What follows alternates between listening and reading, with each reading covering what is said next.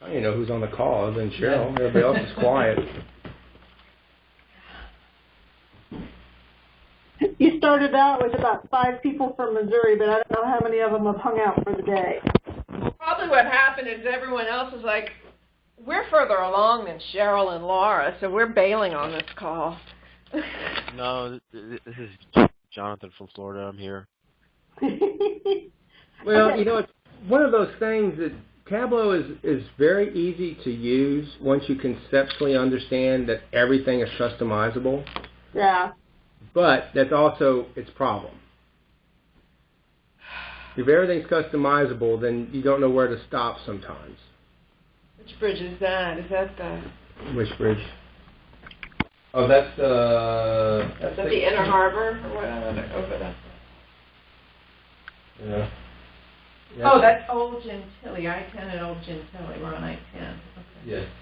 Okay. I didn't see down the lower corner.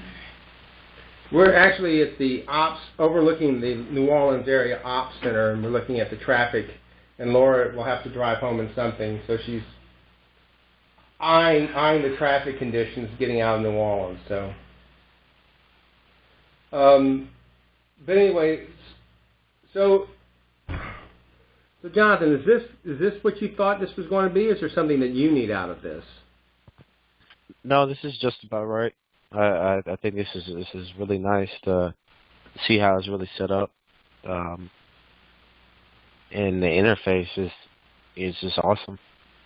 Well, I want to make sure that people can use it. That's my biggest concern, is that, you know, build all this, and it's very intimidating, you know, when you go online and you read the tutorials and you do this, but really, you know, it's that Pareto optimal. 80% of what you need is in 20 charts.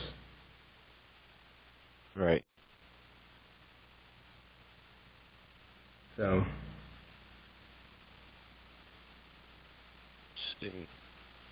looking at how many people left it on their screen. Who's anonymous? I don't know. Anonymous is... Looks like 12. There's a number 12 at the top that says who's up there. Yeah, there's 12, but a lot of times people will leave it on their computer and they'll forget to close it out. Mm-hmm. Or and they're not participating, but they're just listening. So, like Scott bailed, I guess, because he couldn't follow along. People from Kentucky. I don't know why the video is not showing the mouse, though. I see it now. You see a finger? I see the arrow. Let me see if it's... Oh, I'm sorry. Never mind, that's mine. It was sitting over there. Oh, shoot, there's a wreck. Man, that must have just happened.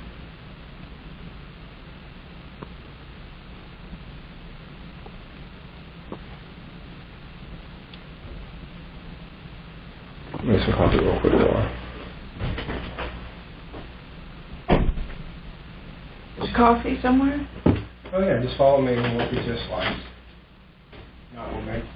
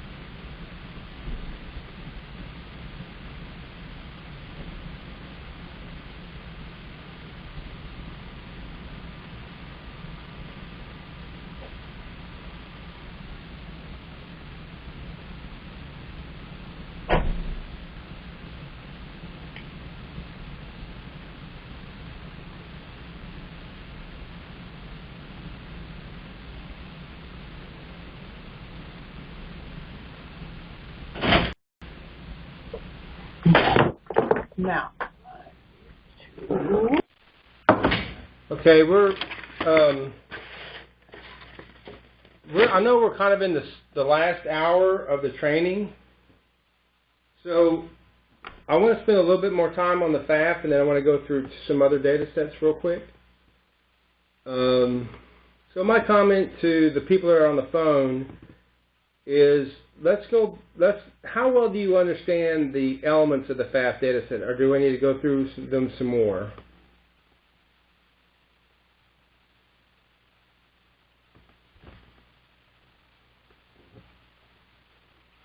Okay. I think learn as we go. Okay. Well, let's do another FAF cut. What we'll do is domestic mode. And we'll just drag domestic mode. My students came back in, so I need to make one of them do it. Here, come on. So, look at y'all. Yeah. That's it. Got to sit down. They got to do their work. Okay, here. Cheryl, we're going to look at what commodities move in and out of Missouri, and we're going to look at what modes they use. So you go to commodity description and just drag that over. So we just start anywhere you want to put it. And then the next thing we want to do is we want to add tons. All right. And just put it in that ABC column. So now we have a chart. Now this is a goofy looking chart. So just simply go, as opposed to taking the commodity description in the tons, just move it down the rows. No, the commodity description. And this gives us something that looks more traditional to what we're used to seeing. So now we're going to come up here, and we have no idea of what's the OD of this, whether it's an inbound or an outbound move. But what we're going to do is we're going to take year, and we don't really care if this is, we can compare one year to another year. Okay. Now, if we don't want to compare the year, then we can remove the year, because we really don't care, because we're really looking at percentages or something like that. Okay. But so we come here and we say, okay, these are the commodities that have an origin or a destination, because we have not specified anything for the state. So what we do is we go to trade type and drag that over to the rows, right here in the rows. Left side. On the left side of the box. And now we have domestic traffic. Go down. Go down some more. And we have exports. Go down. Go down. And we have imports. So, like for instance, Cheryl, if you're interested in only exports from Missouri, then we would go to the exports, and we would simply right-click, and we would do a keep only. Okay, now we just have exports from Missouri. So you go back up, just do the arrow to the top, all the way to the top of the bar. Okay, and now we want to know what mode those tend to move on. We take mode, and we just drag mode into that right there. And now we have, for coal, mostly moves by rail export markets. And you look at, so you can click on water, and it'll just highlight which ones are water. Go down the arrow, and so a whole bunch of things move by water export, because the mode, see, Joe, this is one of the things about the FAF. We know it left the country by exports, but it actually got from Missouri to the Gulf on some mode, whether that be water, rail, or truck. So we go back up, and we say, okay, well, here's animal feeds right here. We click on that button, click on that one, and we highlight it, and we say, okay, well, most of it moved by truck. Just because I know what the green bar is. And we can, right? So how does it tell you if, like say, if it takes multiple modes to make its trip? Well, like for instance, the way the commodity, the freight analysis framework is based on the commodity flow survey. The commodity flow survey uses the shipper, the origin of the shipment as it's starting its route. Okay. And when they do the survey, they ask people what modes did it move on. And so you go between here and here, it moves on multiple modes. The problem that Cheryl has, well, not the problem Cheryl has, just the way it is. Well, it's from all of us who are using the river to get to New Orleans for container ships. The problem with, again, like Cheryl said, grain, coal, anything that moves to a port, normally it is a domestic move until it gets to a port. And then it becomes an international move because the international movement began at that shipper's location by the port. Like, for instance, in New Orleans. In New Orleans or Cargill. Well, my question is, so it moved by train from point A to point B. It moved by train from Kansas City to Baton Rouge. Right. And then it got on a barge from Baton Rouge and went to New Orleans. So is it going to show up in here as a rail movement or as a waterway movement, or is both? Or is it two different moves? It depends on, it'll show up as a rail shipment between Kansas City to Baton Rouge. Mm-hmm. It will not show up as a transfer on the container or barge because it was not a shipper origin that began the movement. Okay. So it'll just show up in some of the other data sets that they use to qualify. They're filling the gaps of the Commodity Flow Survey. But it won't, that link, that path of goods movement will not show up. It won't show up in there. Right. That's where it originated. Right. So you have to think the FAF is based upon a shipment from an origin. Right. So when it gets to an origin and ownership transfers or something, then it becomes a new trip. Move. That's right. Mm-hmm. Right. So if ownership did not transfer in Baton Rouge, then it's not a new trip. And No. so therefore it's not captured. It could show up as a multiple mode if they wrote it that way. Oh, there's some people do write it that Mm-hmm. way. So it might. So would there be a separate category for rail to It barge? just says multiple modes. It just says multiple modes. It doesn't say No. which modes. No. So some of the questions about path of goods movement is the FAF is limited in giving you that full supply chain. You have to know the supply chains to be able to tease it out what you need. Okay. So, for instance, we come here, we look at exports, and we see that coal, and then we go, well, that's interesting. So we're going to say, well, let's look at coal. So go back, international regions, just drop foreign export country, and just drop it right. Well, now you just put it into the table again. Okay. So just take that pill and just drive it, right there, anywhere. Okay. Now what you did, you see how when you take a pill and you drop it directly on another pill, it replaces it. Okay. So if you do a back arrow, and you take that same pill, foreign export, and drop it on either side of that, I'll have that right here. yeah, whatever, it doesn't make a difference. Okay. No, you just replace it instead of going in between. Yeah, we just replaced whether or not it was an export. But we've already got the filter here for the export, so it's okay. kind of irrelevant. Okay. So, Drop it over here.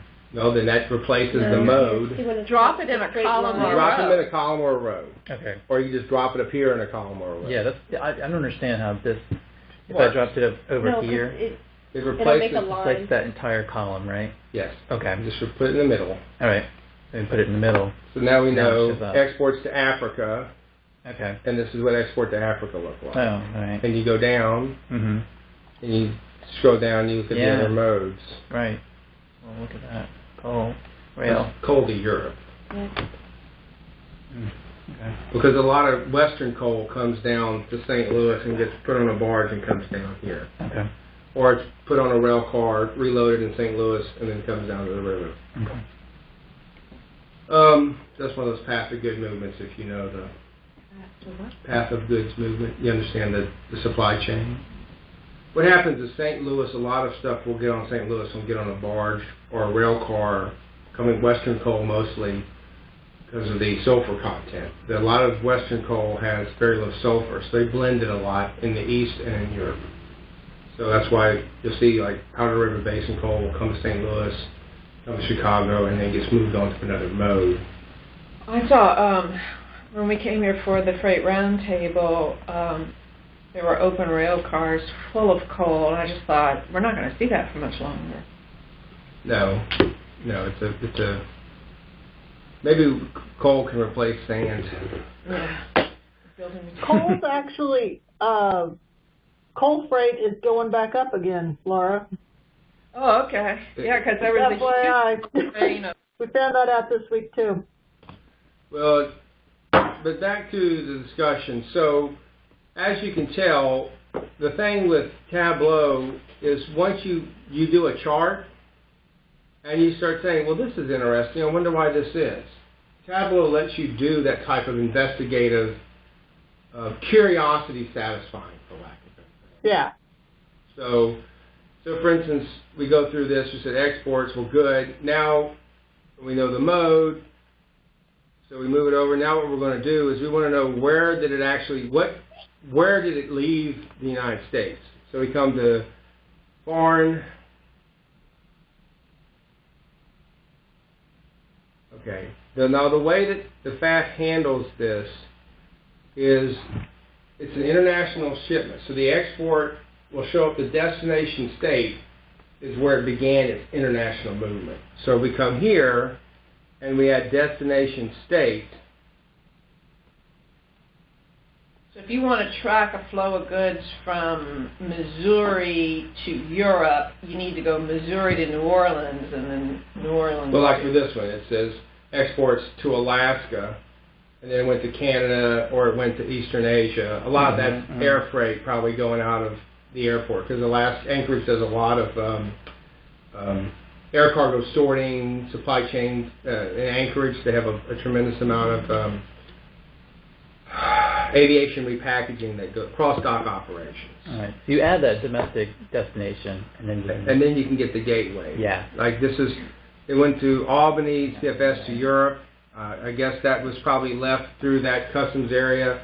Probably. So it went from Missouri to Alaska? Yeah. Mm-hmm. And then it's going from Alaska to Asia. Mostly to Asia. Okay. So which tells me that's probably an air cargo, but I know those supply chains from having worked out west. And so, like this is Atlanta. This is probably air freight that went from exported. But you could pull in the mode if you wanted to. You could pull in the mode if we wanted to. And the fact the mode is still here. Oh. But if you look at the tonnages are nothing. Yeah. So the only real tonnage, so if we want to do a query, we say... But it could be high value. Well, then we do value. We just simply add value over here. Yeah. See if it's low tonnage, high value sometimes. Value's not showing up in that chart. No. Is it off the thing? It's just, well, part of it's because coal is just so big.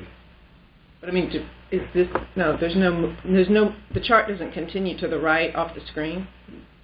No, they... Oh.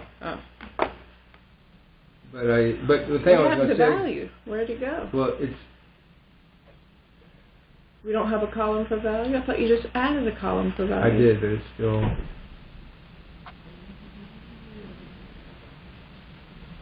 I don't know why. Oh, it's showing up. The value is showing up. You drop it inside the tonnage? I did. It's showing up as the label. That's the value. Label. Okay. Oh, it's value as a label, right. not as a it's not column. Up here, but it's actually showing up in. Oh, okay. Okay. So that's the value. Two official ways. So what do we have? 117. So we have meat going to Mexico. We have 24 tons, but it's valued at $117 million. That's probably off St. Joseph. Am I right, Cheryl? Going from where to where? St. Joseph to Mexico. Meat. Oh, St. Joseph has an enormous amount of pork producers up there. So basically, Laura, what we now have is three variables on the chart. We have mode, we have value, whatever. The problem is we have so many elements on the left-hand side that it's irrelevant because we just took the data and just pulled it off. So, Bruce, if I went through there and said, like the chart you've got up right now, if I had the column where everything has all the zeros in it, if I said, filter this where if the next column over, I guess that's tons. So, well, I could do a filter by value. Yeah, if it's and say if the value is 0, filter it out. Yes. Okay. I'll just say everything's got to be a value of 1, at least 1, Okay. and then apply. Okay. And then, did you notice how much smaller the table got all of a sudden? Yeah, that's why I was looking for, and that would be so much easier for this. That's why I was asking. Right. So, and then, if you I could start showing you things that just even make it more confusing. I'm starting to wonder now where to. I'm getting excited. I'm trying to figure out how to contain my excitement. So anyway, so the idea here is, let me go back. I have a lot of charts here, and the reason I did the BEA regional flows is because it's a lot easier to say, you know, what left the plains went through the far west. You know, domestic shipment. So this is that big aggregate number that I was talking about. Like, for instance, Missouri's in the plains, according to the Bureau of Economic Analysis. Went to the Rocky Mountains, you know, back and forth, depending on how you look at it, and you got a grand total. The way you do a grand total, real hard. Do an analysis, you do totals. You want to show the total across, show the row, shows to the left, add all the subtotals, total using whatever you want to do. So when you're in these worksheets, this analysis button becomes real important, because then you can start customizing. Like, for instance, I come here, I want to do the percentage of the table. So this is the percentage of all the things of the table, and the biggest flow is basically domestic movement within the plains area for the state of Missouri. Yeah, that makes sense. So, and you say, well, I would rather look at what is for a year, so I come back to analysis. I would do percentage of a column. And then that, again, all of these add up. And you can do an analysis percentage of, now, if you notice, all, like, plains has all of these dimensions in it. These are all considered panes. Like, Considered what? Pane. Huh? Pane? Panes, like a window pane. Okay, thank you. And then, like, this is a column pane. So if I did an analysis, I want to do a percentage of the row within a pane or the column within a pane. So that way I can be more discrete as opposed to just doing column, which is this column, this column, this column. I can say I want to look at a column within a pane, and because there's only one column here, it's just 100. Because there's no other variance in this particular matrix of a pane. For this one, you have a pane, you have this pane, so you get more discrete information. So basically, we're exporting a whole bunch of stuff to the southeast. Yep, that's where most of your exports go through the southeast. Well, I'm guessing that's because most of our exports are coming down to the Gulf for exporting. Well, and when we looked at earlier, it was all that coal coming to Virginia Beach too. Yeah. Is that considered part of the southeast? Yes. Now, Cheryl, I'll tell you a funny story. When I first moved to Fredericksburg, I told somebody in an informal setting that I never thought I'd live on the northern end of the South. And I got my head handed to me. We had more battles, we had this, we had that. I'm like, when you look at a map, it's north of Louisiana. No. So anyway. Okay, that's funny. That was just funny. Like the north, I never thought I'd live on the northern end of the South. We are the South. Okay, whatever. Okay, whatever. I didn't say you weren't the South. You're the northern end of it. People do accuse Virginians of not being Southerners, and I don't understand that because for exactly the reason they chewed your head off. Well, they probably chewed your head off because they were anticipating what you were saying rather than what you were actually saying. Yeah, I just find it. Well, I mean, it really, to me, the South begins below Dell City, west of Herndon. Where's Dell City? Dell City is it's a 30-minute beltway around D.C. Oh. Because actually, culturally, Virginia really it's different from D.C. Is different from D.C. And Maryland is different from D.C. Okay, that's another story. Okay, anyway, back to this. So basically, Laura, you have this chart that you can use, and you can do some analysis on it. You can also come to here, and you can click here, and you can do... What are you clicking on? I'm going to the pills. Let me just go to another sheet. just to clean everything. I'm going to do a new worksheet. I'm going to add, I'm just doing tons. I'm going to do value. So I have two elements here. Okay. And I'm going to just show me. And then I'm going to do year.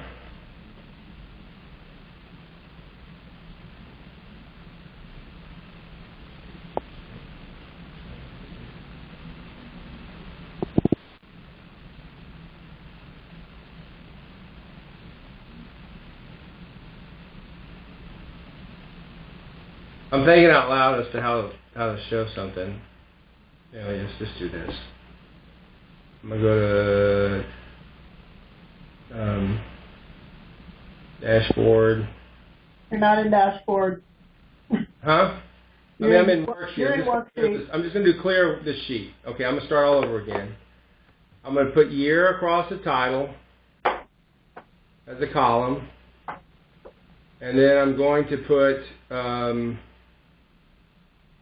foreign export country. So now I got my trade. Now null in this case means it's domestic transportation. Okay. Because if it doesn't have an origin or destination, then it's domestic traffic. Okay, so this is where exports are going. I'm going to put tons in here. Now what I'm going to do is I'm going to add some other charts. I click on this. I'm not clicking on the little arrow. I'm clicking on the box itself. I'm doing a right click. Now I can add some quick calculations. I can do quick table calculation. I want to do a percentage of the total. And now I have a percentage of the total. Oh. And if I want to be really fancy, I bring tons back in again. And I do a color. Or I can say, wait. I just want to make this.